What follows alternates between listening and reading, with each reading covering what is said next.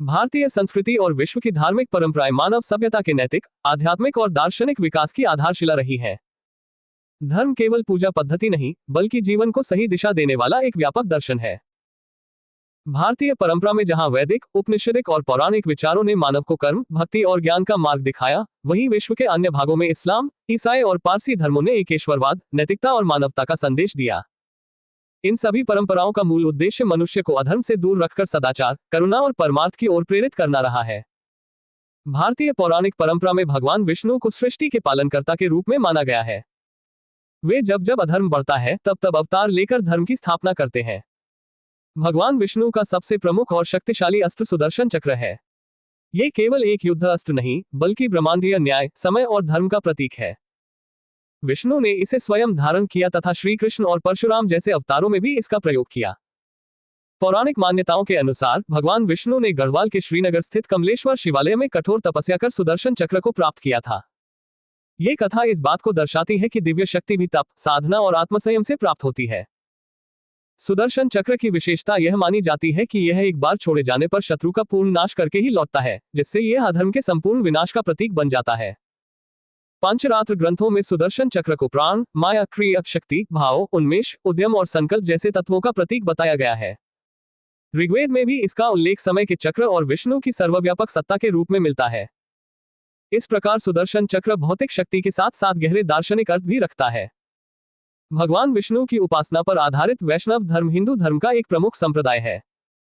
वैष्णव धर्म में भगवान विष्णु को परम ईश्वर माना जाता है और उनके भक्त वैष्णव या भगवत कहलाते हैं।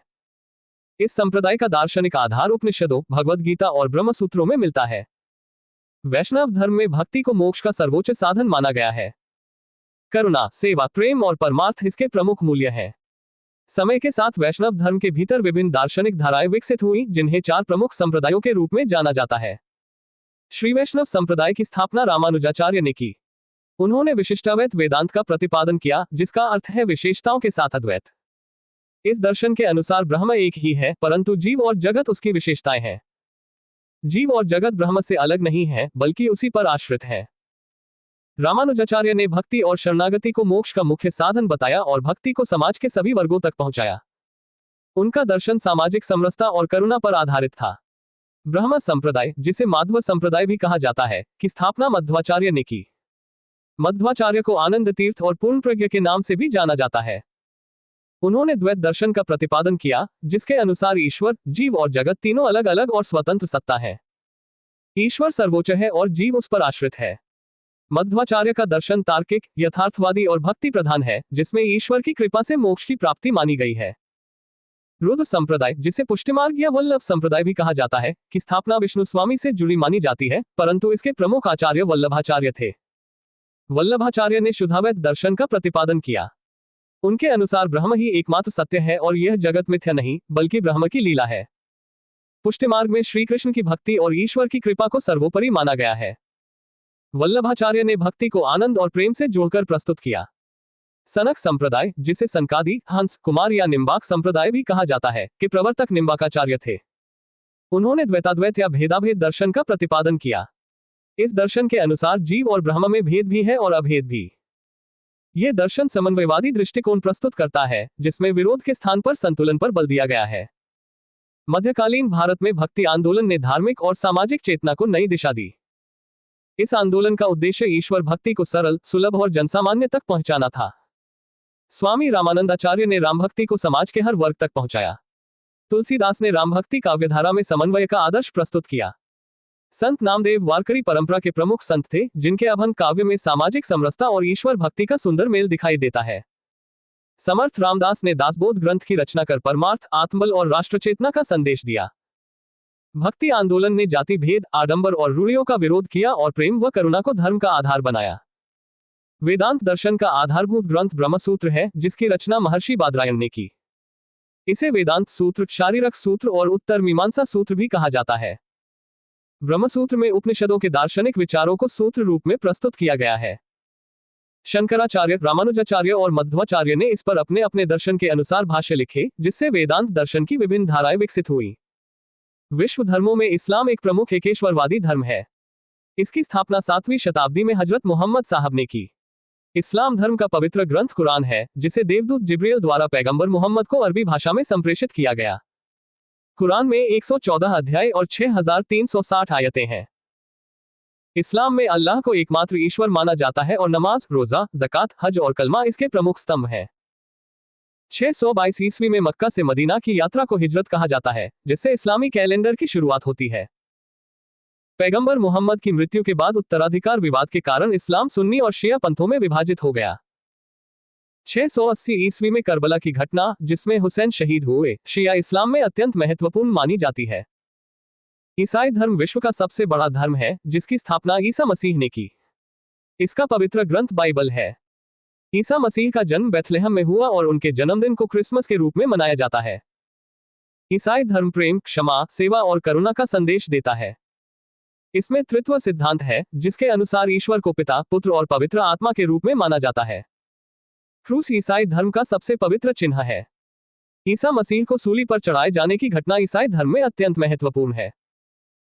पारसी धर्म विश्व के सबसे प्राचीन धर्मों में से एक है, जिसकी स्थापना प्राचीन ईरान में ज़रथुस्त्र ने की। इस धर्म में अहुरा मज़ा को सर्वोच्च ईश्वर माना जाता है। पारसी धर्म का पवित्र ग्रंथ ज़ेंद अवेस्ता है। इसका मूल सिद्धांत सद्विचार, सद्वचन और सत्कर्म पर आधारित है। यह धर्म सत्य, नैतिकता और मानव कल्याण पर विशेष बल देता है। अंततः ये कहा जा सकता है कि भारतीय दर्शन और विश्व धर्मों की विविध परंपराएं अलग अलग प्रतीत होते हुए भी अपने मूल उद्देश्य में एक हैं। सभी धर्म मानव को अधर्म से दूर रखकर सत्य, करुणा, नैतिकता और परमार्थ की ओर ले जाने का प्रयास करते हैं। सुदर्शन चक्र धर्म की रक्षा का प्रतीक है। वैष्णव दर्शन भक्ति और ज्ञान का समन्वय प्रस्तुत करता है। भक्ति आंदोलन सामाजिक समरसता सिखाता है और इस्लाम, ईसाई व पारसी धर्म मानवता और नैतिकता का संदेश देते हैं। इस प्रकार धार्मिक विविधता के भीतर निहित एकता ही मानव सभ्यता की सबसे बड़ी शक्ति है। सुदर्शन चक्र क्या है? सुदर्शन चक्र भगवान विष्णु का एक शक्तिशाली अस्त्र है, जिसे उन्होंने स्वयं तथा उनके कृष्ण और परशुराम अवतार में धारण किया है।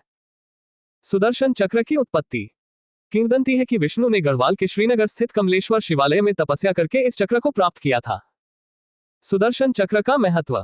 भगवान विष्णु और श्री कृष्ण ने इस चक्र से अनेक असुरों, दानव, दैत्य और राक्षस का वध किया था। सुदर्शन चक्र का वर्णन। विभिन्न पंचरात्र ग्रंथों में सुदर्शन चक्र को प्राण, माया, क्रिया, शक्ति, भाव, उन्मेरा, उद्यम और संकल्प के रूप में वर्णित किया गया है। सुदर्शन चक्र की शक्ति। सुदर्शन चक्र एक बार छोड़े जाने पर शत्रु का वध करके ही वापस लौटता है। सुदर्शन चक्र के अन्य नाम। ऋग्वेद में सुदर्शन चक्र का वर्णन भगवान विष्णु के प्रतीक और समय के चक्र के रूप में किया गया है। वैष्णव संप्रदाय भगवान विष्णु को ईश्वर मानने वालों का संप्रदाय है। यह हिंदू धर्म का एक प्रमुख संप्रदाय है। वैष्णवों को भगवत नाम से भी जाना जाता है। वैष्णव धर्म के बारे में जानकारी उपनिषदों से मिलती है। विशिष्टाद्वैत वेदांत दर्शन की एक प्रमुख शाखा है। इसे आचार्य रामानुज ने प्रतिपादित किया था। विशिष्टाद्वैत का मतलब है विशेषताओं के साथ अद्वैत। इस दर्शन के मुताबिक ब्रह्म एकमात्र वास्तविकता है, लेकिन ब्रह्म में विशेषताएं हैं, जैसे जीव और जगत। रामानुजाचार्य विशिष्टाद्वैत वेदांत के प्रवर्तक थे। वह ऐसे वैष्णव संत थे जिनका भक्ति परंपरा पर बहुत गहरा प्रभाव रहा। ब्रह्म संप्रदाय, जिसे माध्व संप्रदाय के नाम से भी जाना जाता है, हिंदू धर्म में वैष्णववाद की एक परंपरा है, जिसकी शुरुआत ब्रह्मा से हुई और माधवाचार्य ने इसे स्थापित किया। द्वैत शब्द का मतलब है दो भागों में बंटा या दो भिन्न रूपों वाली स्थिति। आनंद तीर्थ, जिसे पूर्णप्रज्ञ और मध्वाचार्य के नाम से भी जाना जाता है, वे तत्ववाद के प्रवर्तक थे, जिसे द्वैतवाद के नाम से भी जाना जाता है। रुद्र संप्रदाय, जिसे वल्लभ संप्रदाय या पुष्टिमार्ग के नाम से भी जाना जाता है, वैष्णव धर्म के 4 प्रमुख संप्रदायों में से एक है, जिसकी स्थापना विष्णु स्वामी ने की थी और जिसके प्रमुख आचार्य वल्लभाचार्य थे। शुद्धाद्वैत वल्लभाचार्य द्वारा प्रतिपादित दर्शन है। वल्लभाचार्य पुष्टिमार्ग के प्रवर्तक है। यह एक वैष्णव संप्रदाय है जो श्री कृष्ण की पूजा अर्चना करता है। वल्लभाचार्य का जन्म चंपारण में हुआ। बनारस में दीक्षा पूरी करके अपने गृहनगर विजयनगर चले गए, जहां इनको कृष्णदेवराय का संरक्षण प्राप्त हुआ। सनक संप्रदाय वैष्णवों के 4 प्रमुख संप्रदायों में से एक है। इसे सनकादि संप्रदाय, हंस संप्रदाय, कुमार संप्रदाय और चतुर्संत संप्रदाय भी कहा जाता है। इस संप्रदाय के प्रवर्तक श्री निम्बाकाचार्य थे।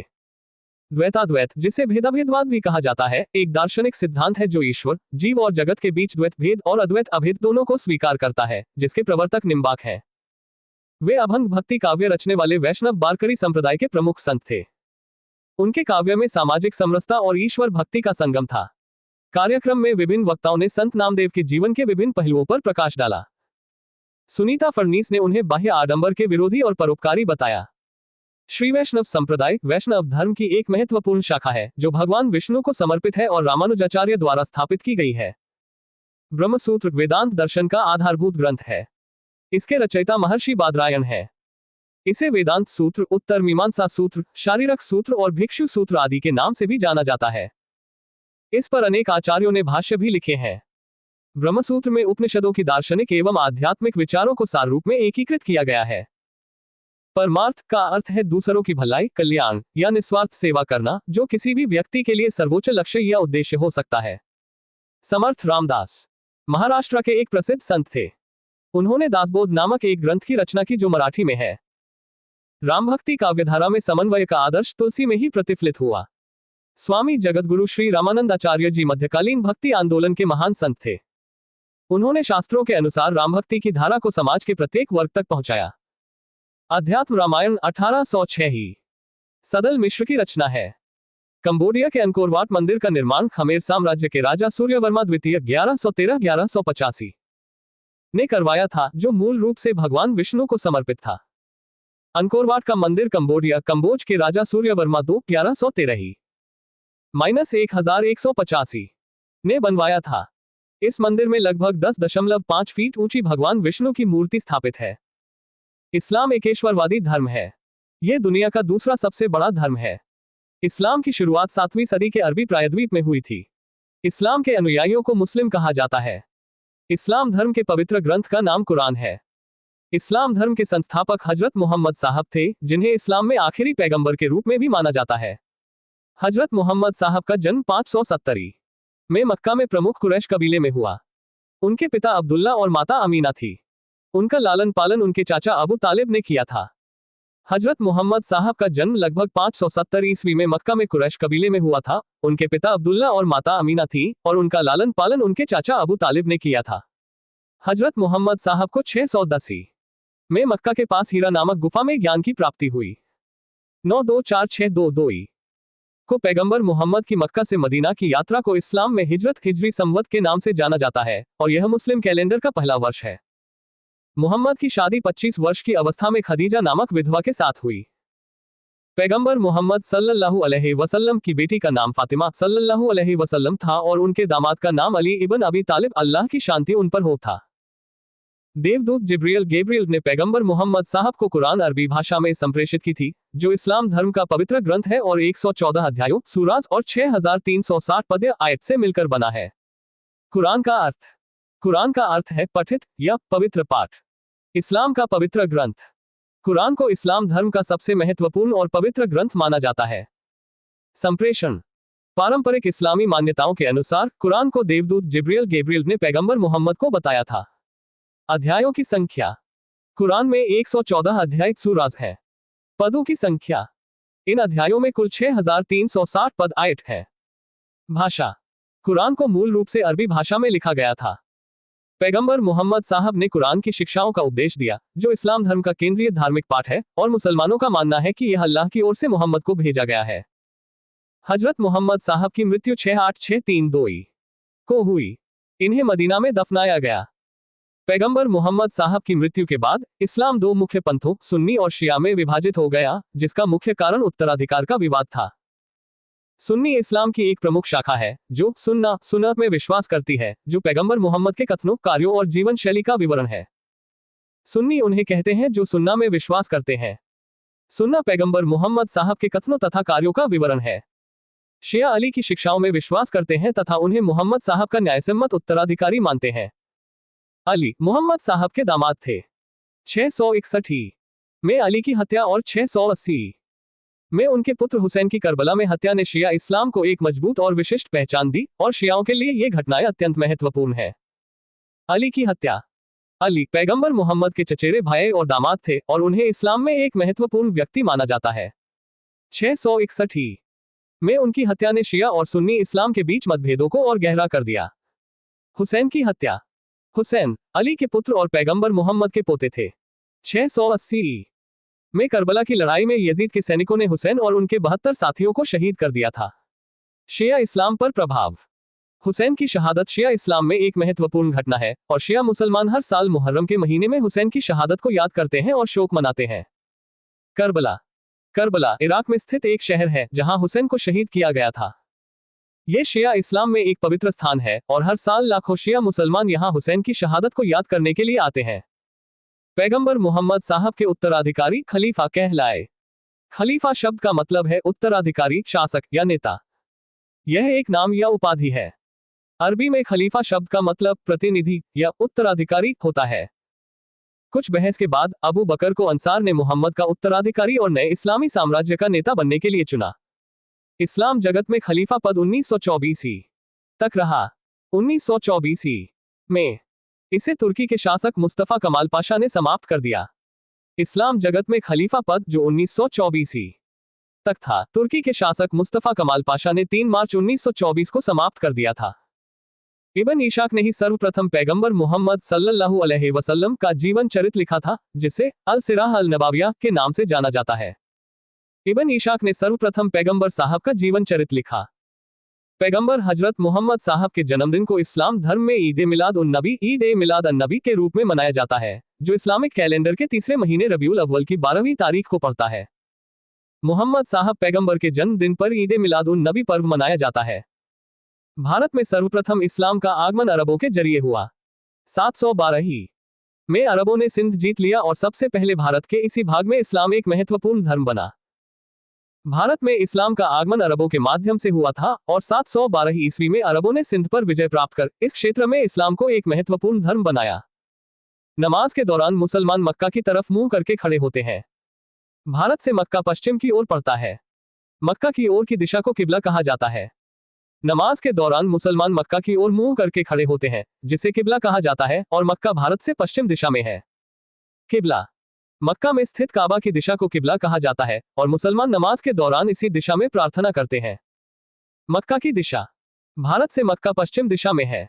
नमाज इस्लाम में एक महत्वपूर्ण धार्मिक क्रिया है जिसे मुसलमान प्रतिदिन 5 बार अदा करते हैं।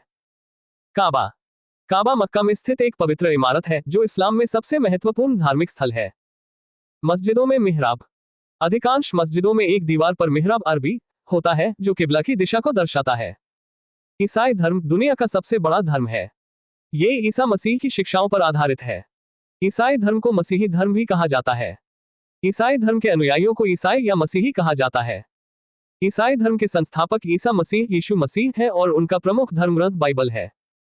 ईसा मसीह का जन्म जेरूशलेम के निकट बेथलेहम नामक स्थान पर हुआ था। ईसा के जन्म दिवस को क्रिसमस के रूप में मनाया जाता है।